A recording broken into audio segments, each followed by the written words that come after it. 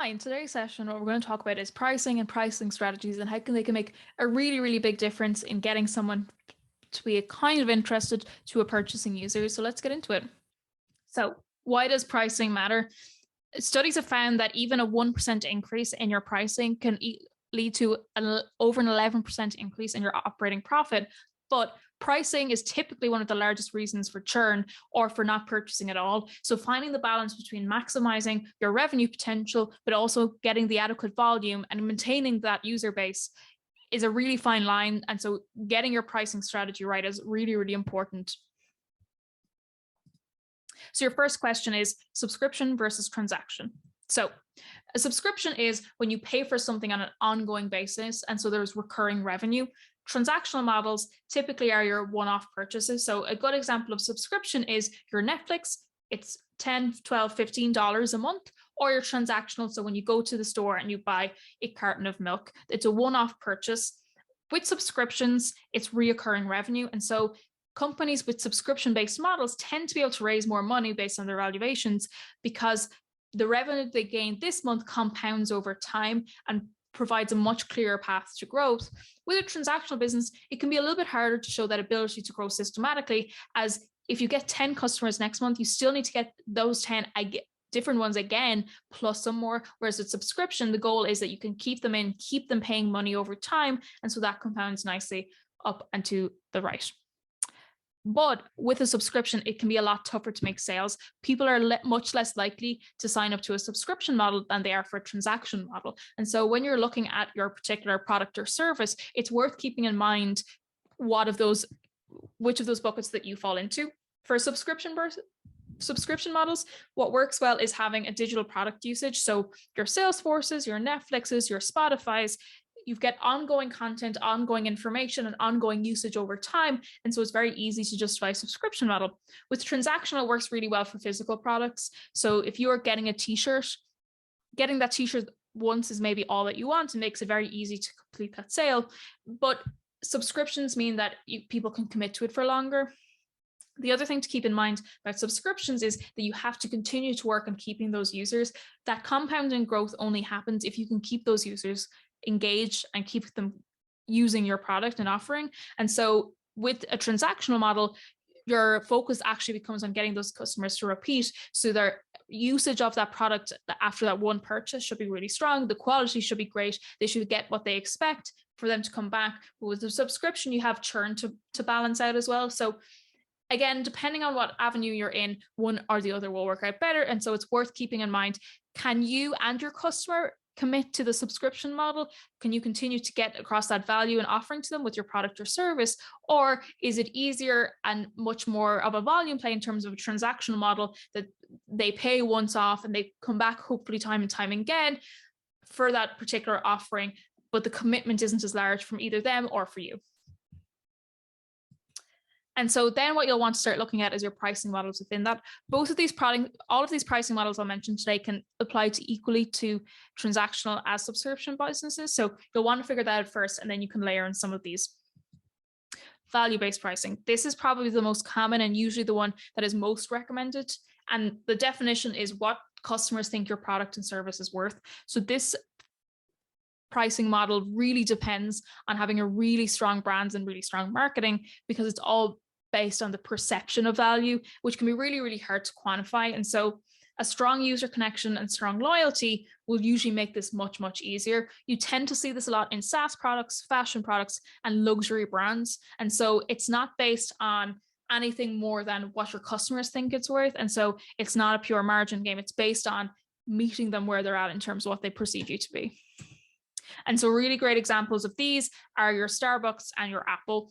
An Apple phone does not cost that much to produce. It does not cost that much to market, but there is a perception of quality, a perception of luxury, which means they can justify charging that $9.99. And in fact, if they were to charge a lower price, it would actually cause you to not trust the product as much. And so you'll consistently see Apple and their products in that higher echelon of purchasing because they want to associate that brand value with it. Similar with Starbucks. When Starbucks came out initially, they were competing against the 99-cent cup of coffee from your local store. And so what they've been able to do through their incredible marketing and brand story is make people more and more comfortable with paying that $4, $5, $6 for a coffee, because they've been able to create this really strong brand and this perception of value that people perceive Starbucks coffees to be better than others.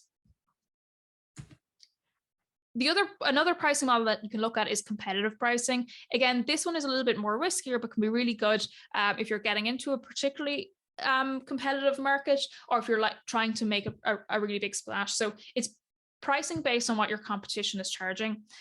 Market, competitors, margins, and value perception are still important. Margins, particularly so, are something to keep an eye on here. If you are selling your product for 10% lower than a competitor because you want to get into that market, that's very well and good. But if you can't sustain that because it becomes a loss leader, your pricing model will fail very, very quickly.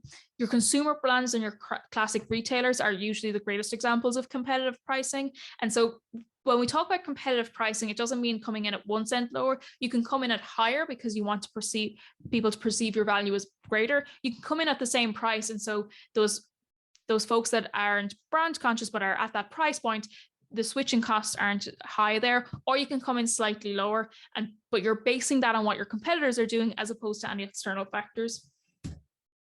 And so some great examples of competitive pricing examples are Target and then your Coca-Cola versus Pepsi. With Coca-Cola and Pepsi, their core product offering is pretty similar, even if you prefer the taste of one to the other.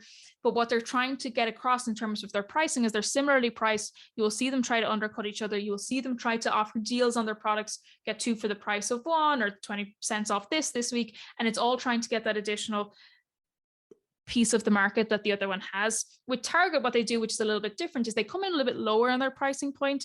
You can see here I picked a particular brand, but because of the size of Target as a market leader, they can buy in their products and their produce and sell them for a little bit less than their competitors in order to grab that share of the market. And they can do that because they have the quantity to back it up. Economy pricing.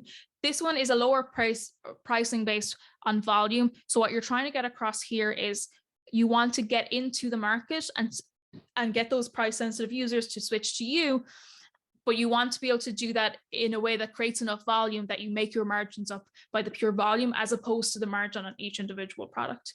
Your direct to consumer and physical goods are your most common places to see this type of pricing model. I would usually not recommend this for people unless they're coming in at one of those slightly lower based pricing models and one of those slightly more competitive markets. And so some examples of that are your Billy Razors, your Dollar Shave Club is another good example of this, as well as your Bic pens.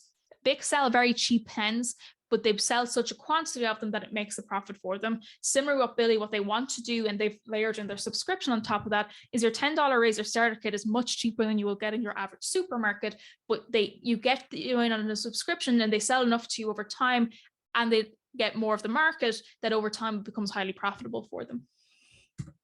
Other pricing models that you can look at that I won't speak too much about today are dynamic pricing. So changing the pricing based on demand. Again, not a bunch of industries can apply this pretty well. I guess the stock market is your typical example of showing that dynamism. So if you've got limited art, an NFT is something that would probably fall into that category too. Then you've got penetration pricing. So what your model is doing there is it's specifically coming in at a lower cost to try grab some of that market share.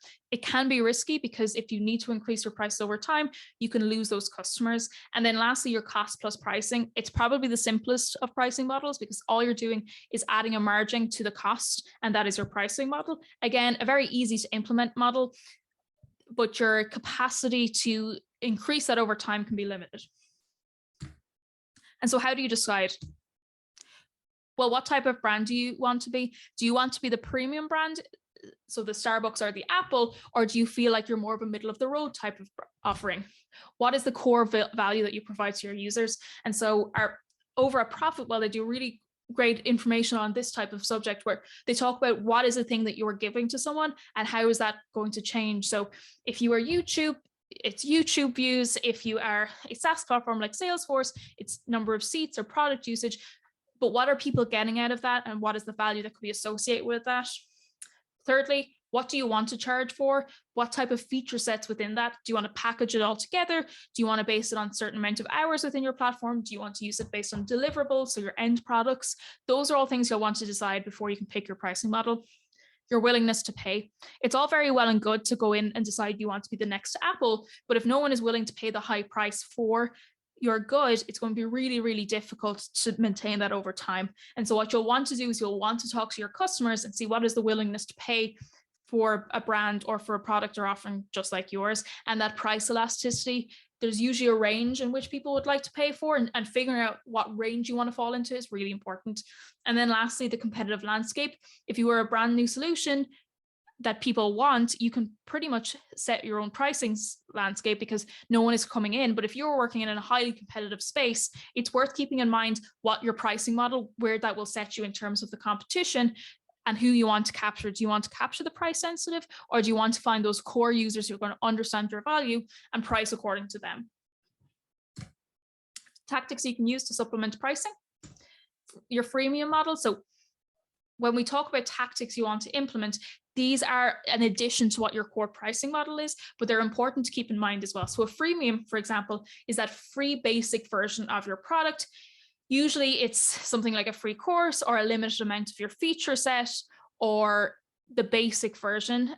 So what you're trying to do is you're trying to get people in and build that audience and get that value offering, but doing it by removing the friction of not asking them to pay for it.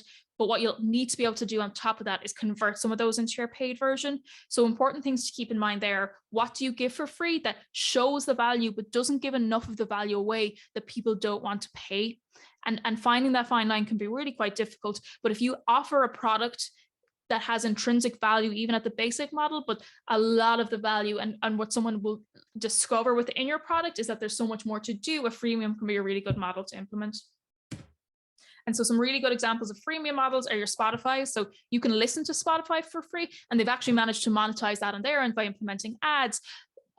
But because you start to get into the habit usage of using Spotify and you really enjoy listening to music and podcasts, when those ads come in, it can be quite interrupting. And so it creates this incentive to want to factor up. Similarly with Dropbox and Notion, they both offer free plans for more of a personal usage. But as you're personally using and you start to hit up against those usage capacity limits, it incentivizes you to want to purchase up. And so the important thing with a freemium is to make sure the incentive is there to move up, and so that you can start to convert some of that traffic.